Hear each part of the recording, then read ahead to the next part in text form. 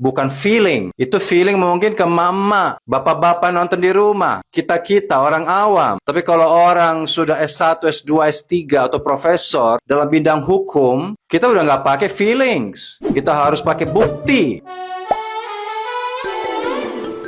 Hola netizen yang tercinta. Pengacara Jessica Wongso, Otto Hasibuan, masih yakin bahwa Jessica Kumala Wongso tidak bersalah dalam kasus pembunuhan Mirna Salihin di tahun 2016. Meski demikian, Otto masih bisa melakukan upaya hukum walaupun statusnya sudah ingkrah. Sejak kasus ini bergulir pada 2016 silam, perhatian publik seolah sudah tertuju sepenuhnya pada kasus hukum ini. Kendati demikian, Jaksa Penuntut Umum atau JPU menegaskan bahwa pihaknya sangat independen menangani kasus ini. Dalam podcast Denny Sumargo menanyakan perihal dugaan adanya tekanan atau intervensi kepada tim jaksa. Dan Sandi Handika selaku jaksa penuntut umum dalam kasus Jessica mengungkapkan bahwa jaksa yang terlibat tidak mendapat tekanan dari pihak manapun, termasuk dari orang tua mendiang Mirna Salihin. Nah, gimana nih menurut netizen yang terhormat? Silahkan berkomentar ya.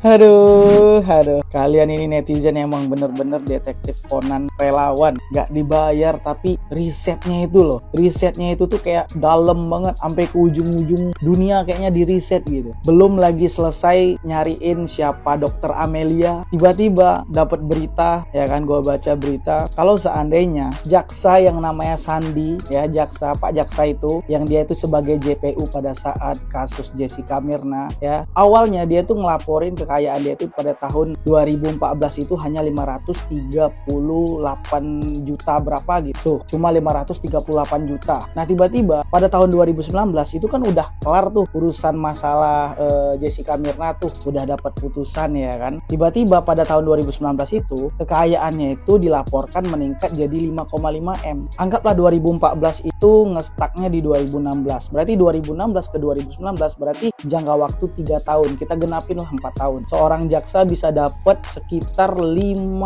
miliar lebih hanya dalam waktu 4 tahun. Jadi tertarik nih mau jadi jaksa. Dan ada fakta baru lagi yang gue dapetin. Gue tonton video persidangan antara JPU, Bapak Sandi yang ganteng katanya ini. Ketika bertanya dengan lawan bicaranya di persidangan Sambo, itu gila ya Allah, bestie banget gitu, kayak ramah, lembut, penuh dengan kasih sayang.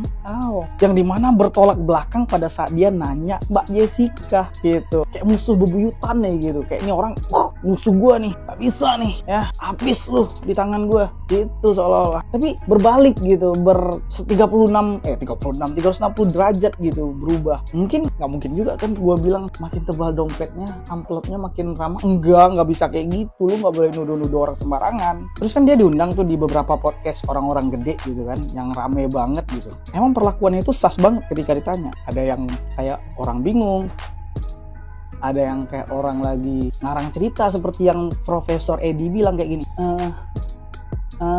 Ya udahlah, intinya enggak deh, lu red flag pak. aduh, entahlah apa-apa, maaf. Gue juga sempat dengar satu pernyataan tapi lupa siapa yang ngomongnya, tapi kurang lebih isinya itu kasus ini tuh udah terlanjur booming gitu. Jadi kalau misalkan pengadilan saat itu nggak bisa nunjuk, nggak bisa memutuskan siapa tersangkanya, mereka pengadilan ya bakal malu gitu ya, mungkin bakal hancur martabatnya, hancur kredibilitasnya lah. Coba bayangin seandainya dugaan-dugaan netizen bahwa dalam persidangan itu ada permainan, ada kecurangan, ada kebohongan, penuh dusta, dan itu benar, dan kemudian suatu hari itu terbongkar dan terbukti, apa enggak lebih hancur martabatnya? Apa enggak lebih jatuh kredibilitasnya? Kalau gue ya mendingan malu sekalian aja waktu itu gitu, dan mengakui bahwa dalam persidangan itu banyak keraguannya ya kan, sekalipun gitu udah nyita waktu, nyita energi gitu kan, soalnya panjang banget kan tuh, hampir 6 bulanan ya, berepisode-episode lah, udah kayak sinetron tersanjung gitu. Tapi yang mendingan kayak gitu sih daripada malu di belakang, dan malunya pun karena karena ketahuan misalkan bohong atau dalam persidangan itu ada permainan, ada kecurangan dan lain sebagainya. Itu lebih memalukan kan. Ada satu kekhawatiran waktu itu ketika vonis jatuh sama Jessica gitu ya. Oke lah, bayangin posisi gue tuh ada di Jessica. Oke lah, gue cuma dituduh, difitnah gitu ya, terus gue masuk penjara selama 20 tahun dan bebas gitu ya, udah kelar misalkan. Tapi kan nggak sampai situ, ada juga sanksi sosial gitu kan, dimana ketika dia bebas mungkin banyak juga yang menjuluki dia atau ngelabelin dia dengan hal-hal yang negatif, mungkin kayak pembunuh dan lain sebagainya lah ya gitu. Dan itu yang bakal bikin mental kita hancur. Tapi hari ini gue mau ngasih selamat sama Jessica. Oke lah, Jessica hari ini lagi menjalani hukuman penjara gitu kan, atas perbuatannya yang dia sendiri pun nggak ngerasa ngelakuin gitu ya. Tapi percaya, hari ini sanksi sosial itu udah nggak ada gitu ya, karena banyak banget banyak banget orang-orang yang pro sama kamu, banyak banget orang-orang yang dukung dia, bahkan mendoakan, sampai hashtag justice for Jessica aja itu udah edun banget ya. Gede banget. Ada yang tahu nggak berapa sih sekarang? Itu belibet banget tuh gue ngomong. Maksudnya udah ada berapa sih, udah nyampe berapa gitu hashtag justice for Jessica. Dan kalau kalian mau tahu juga, ada juga itu petisi untuk nge-up lagi kasus Jessica itu ya. Cobalah kalian bisa carilah petisi itu ya. Walaupun petisi itu kan kekuatan hukumnya nggak tetap, tapi ya mudah-mudahan didengar gitu. Mau tahu lawakan kasus kopi sianida Jessica Mirna ini? Betapa konyolnya jaksa ini ya. Dia mengatakan kalau Dr. Jaya itu memihak karena dia tidak mempedulikan sianida yang ada di dalam gelas. Sementara dia hanya meneliti yang ada di dalam tubuh korban. Ya jelas saja gimana ceritanya seorang dokter disuruh mencari yang ada di gelas. Dia kan tugasnya kan dokter memeriksa tubuh manusia, bukan mengotopsi gelas. Gimana ini? Kacau sekali ya logika pikirnya jaksa ini ya. Ibarat kata ini apa ya? Ada seorang montir gitu. Ada seorang montir yang paham banget. Ada seseorang kecelakaan. Nah itu mungkin bisa disebabkan karena rem blong. Nah otomatis ya kalau montir ya yang dibaca, yang dianalisis ya kenapa remnya bisa blong, kenapa tadi nggak bisa ngerem, kan seperti itu. Nah kalau dari dokter mungkin bisa saja. Kalau misalnya dari dokter atau pihak lain kan dia bisa saja menganggap seperti ini. Wah ini mungkin pengemudinya tadi ngantuk atau kurang fokus. Nah kan ini berdiri masing-masing, nggak bisa montir disuruh periksa kesehatan tubuh manusia. Sebaliknya dokter juga nggak bisa untuk disuruh untuk ngecek kendaraan bermotor. Ini kok kacau sekali ya. Masa dokter dianggap memihak gara-gara dia hanya mempedulikan apa yang di tubuh si korban, si Mirna ini? Ya memang tugas dokter kan itu. Buat apa dokter neliti di gelas itu? Dia dokter tugasnya untuk mengotopsi, apalagi dia dokter forensik yang tugasnya mengotopsi, memeriksa keadaan tubuh korban. Ya jelas saja dia yang diperiksa hanya tubuh korban. Ngapain periksa gelas? Kalau aku nggak usah jadi dokter lah, orang awam aja juga ngapain coba aku periksa gelas kalau emang di dalam tubuh korban nggak ada sianidanya. Konyol ini. Sebenarnya ini adalah pertanyaan jebakan Batman yang harus ditujukan kepada orang awam. Tapi kalau untuk hakim, pengacara, dan jalan jaksa, ini adalah pertanyaan yang tidak bisa berdasarkan feeling, perasaan. Itu bukan pakai intuisi, tapi harus pakai bukti. Sesuai bukti saya tahu bahwa bakal saya menang. Itu bukan feeling. Itu feeling mungkin ke mama, bapak-bapak nonton di rumah, kita orang awam. Tapi kalau orang sudah S1, S2, S3 atau profesor dalam bidang hukum, kita udah nggak pakai feelings. Kita harus pakai bukti. Dan menurut saya, kesimpulan saya dari semua ini acara Jessica Pongso dengan Es Kopi Your Mouth, ini adalah tayangan badut sejak tahun 2016 sampai sekarang. Karena kalau tidak ada otopsi, tidak bisa lanjut persidangan. Dan harusnya hakim di pengadilan itu mengatakan, kalau tidak ada otopsi, saya akan bebaskan Jessica Escopior. Itu saja. Karena tanpa otopsi, kita tidak tahu. Sama saja misalnya ada kasus bom Bali dulu, atau pesawat meledak di udara yang terjun ke samudra. Itu pun dicari semua keping-keping pesawat. Waktu bom Bali juga semua itu keping-keping forensik itu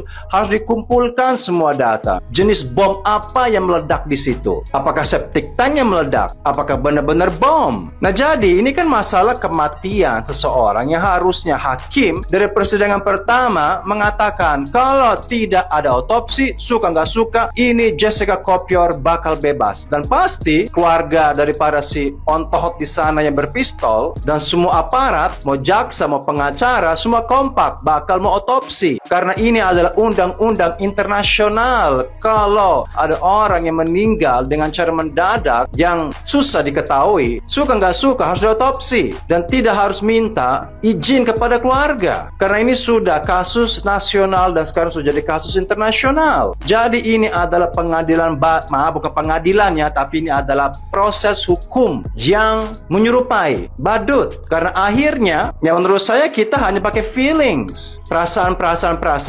Ya kalau pakai perasaan kita nggak harus panggil jaksa, jalan jaksa, nggak harus juga panggil hakim atau pakai pengacara. Kita aja semua rakyat mengadili pakai feelings. Jadi untuk apa kita sekarang ada pengadilan kalau pakai perasaan? Sedangkan kita harus membuktikan benar-benar bukti, dan kita tahu bukti itu tidak bisa sempurna kalau tidak ada otopsi, karena jasadnya itu tidak dibuka, hanya dikasih sampel rambut lah, sampel apa itu, sampel sama otopsi itu beda. Anak kecil aja tahu. Jadi menurut saya ini adalah proses yang cacat. Mau diputar balikin gimana? No otopsi, tidak ada kasus, tidak ada pengadilan, tidak ada sampai 20-30 kali berbulan-bulan. Akhirnya ini cuman ajang orang-orang pengen nebeng isu. Mau dari jalan jaksa, mau pengacara, mau hakim, mau semua Netflix, semua ini sekarang ini kita mau cari nebeng isu doang, mau pansos. Dan kita berandai-andai. Dan ini sudah jadi basi karena jasadnya sudah jadi abu, udah nggak bisa lagi diotopsi. Jadi ini udah kasus zong menurut saya. Kenapa nggak dari hari pertama hakim ngomong seperti itu, ngancam ke keluarga atau ke semua itu ke jalan jaksa? Kalau tidak ada otopsi, maaf saya tidak bisa melanjutkan.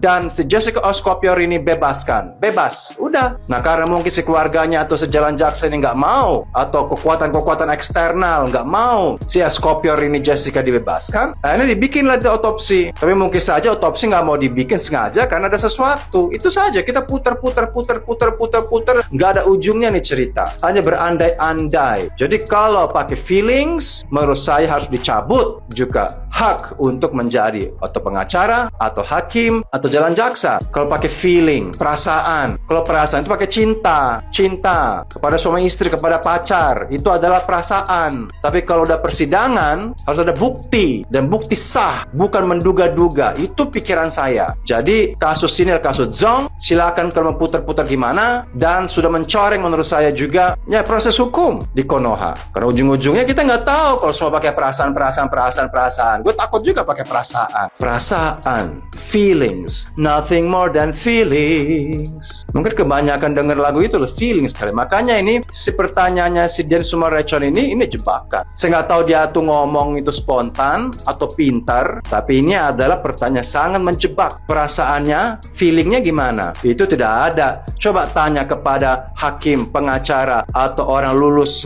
sarjana hukum pakai perasaan. Enggak ada. Itu dilarang di dalam kamus.